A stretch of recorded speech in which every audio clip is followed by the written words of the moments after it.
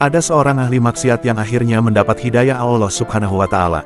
Usai bertobat, ia dikenal sebagai wali Allah yang doanya sangat mustajab. Sosok tersebut adalah Utbah al-Ghulam. Di kalangan Sufi, Utbah al-Ghulam adalah sosok yang zuhud, ahli ibadah, dan takut kepada Allah Subhanahu wa Ta'ala.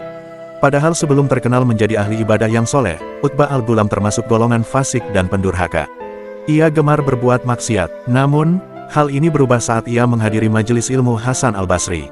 Saat Utbah al-Ghulam datang ke majelis, Hasan al-Basri sedang membahas tafsir surah Al-Hadid ayat 16 yang artinya, apakah belum tiba waktunya bagi orang-orang yang beriman agar hati mereka khusyuk mengingat Allah, dan apa yang turun dari kebenaran Al-Quran. Janganlah mereka berlaku seperti orang-orang yang telah menerima kitab sebelum itu, kemudian mereka melalui masa yang panjang sehingga hati mereka menjadi keras. Banyak di antara mereka adalah orang-orang fasik. Dalam menafsirkan ayat tersebut, Hasan al-Basri memberikan sebuah nasihat yang menyentuh hati sehingga para jemaah menangis mendengarnya. Ada salah seorang pemuda di kalangan mereka berdiri dan berkata, "Wahai mukmin yang paling bertakwa, apakah Allah Subhanahu wa Ta'ala akan menerima tobat, doa-doa orang fasik dan pendurhaka seperti saya, apabila saya berdoa dan bertaubat?" Hasan al-Basri menjawab, "Ya, Allah akan menerima tobat daripada kefasikan dan kedurhakaan engkau." Utbah al-Ghulam yang mendengar perkataan itu wajahnya seketika pucat dan tubuhnya menggigil. Tiba-tiba ia menjerit dan jatuh pingsan.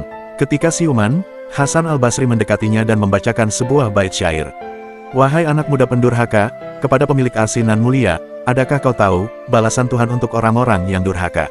Yaitu neraka sair." Utbah al-Ghulam lantas menjerit sekuat tenaga dan kembali pingsan. Saat siuman, ia berkata, "Syekh, apakah Tuhan yang Maha Pengasih akan menerima tobat orang tercela seperti saya?" Hasan al-Basri menjawab, "Adakah yang menerima tobat hamba yang berperangai kasar, selain Tuhan yang Maha Pengasih dan Penyayang?" Utbah al-Ghulam kemudian mengangkat kepalanya dan menadahkan tangannya sambil berdoa 3 kali. Dalam doa pertama ia meminta, "Ya Tuhanku, jikalau Engkau menerima taubatku dan mengampuni dosa-dosaku, muliakan aku dengan pemahaman dan hafalan sehingga aku dapat menghafal setiap ilmu dan ayat Al-Quran yang aku dengar."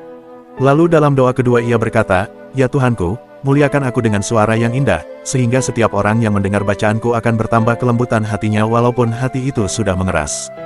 Dalam doa ketiga, Utbah al-Ghulam mengucapkan, "Ya Tuhanku, muliakan aku dengan rezeki yang halal dan berikan aku rezeki dari arah yang tak disangka-sangka." Allah Subhanahu wa Ta'ala pun mengabulkan semua doa Utbah al-Ghulam. Ia pun menjadi sosok yang kuat hafalannya dan semakin bertambah pemahamannya tentang Al-Quran. Setiap orang yang mendengarkan bacaan Al-Qurannya langsung bertaubat. Ia juga mendapat semangkuk roti dan kuah dalam rumahnya setiap hari, tanpa diketahui siapa yang meletakkannya. Hal ini terjadi hingga Utbah al-Ghulam meninggal dunia. Kesimpulan dari kisah di atas adalah bahwa hidayah dan pengampunan Allah Subhanahu wa Ta'ala dapat datang kepada siapa saja, tidak peduli seberapa besar dosa dan kemaksiatan yang telah dilakukan sebelumnya. Pintu taubat selalu terbuka bagi siapa saja yang benar-benar menyesali perbuatannya dan memohon ampun kepada Allah.